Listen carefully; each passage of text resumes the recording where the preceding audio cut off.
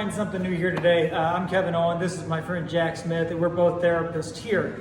I read an article that made the statement that people between the ages of 12 and 35 have trouble differentiating the difference between sad and bored, depressed and bored. And so I just wanted to take a minute and talk with Jack and talk with you about how we differentiate that. What would you say to someone if you started to realize that maybe they had trouble differentiating between feeling sad and being bored?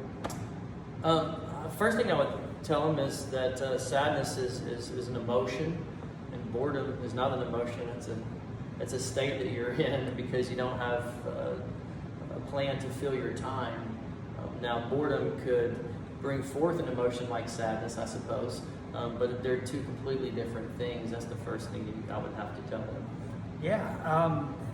One thing that I would say is this is typically something that occurs with children and with teenagers, but adults are not immune to it. So you might find yourself exploring when you start feeling sad, am I sad or am I bored? Am I depressed or am I bored? And I like to differentiate it with a cause. What causes sadness? Well, an event. I'm not able to do what I would like to do. I lost someone that I care about. I'm depressed. Depression comes with symptoms. Whereas boredom is the absence of a cause. And so that's one way that if I were teaching a kid or if I were talking to a friend and I was becoming clear that was what was going on, that I would differentiate it. Now, what would you say to someone if you found out that that was where they were at to help them out?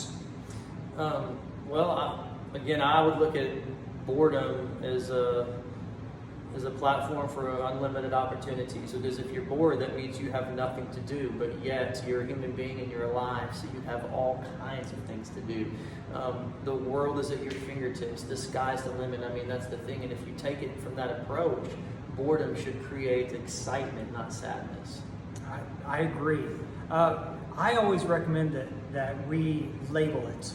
Label it appropriately. If I'm depressed, my response might be to isolate. My response might be to start having bad thoughts. My response might be a lot of things. If I'm bored, I'm going to start looking for something to do, something to fill my time, something to build up. And so as you encounter the feelings, I want to identify what it is that I'm feeling and how it goes. I'm Kevin Owen. This is my friend Jack Smith, and we do counseling. We also want to be a helpful resource to you. Right now, the world's kind of crazy. And boredom's certainly present. We want to help keep away from misinterpreting what's going on. So have a great day.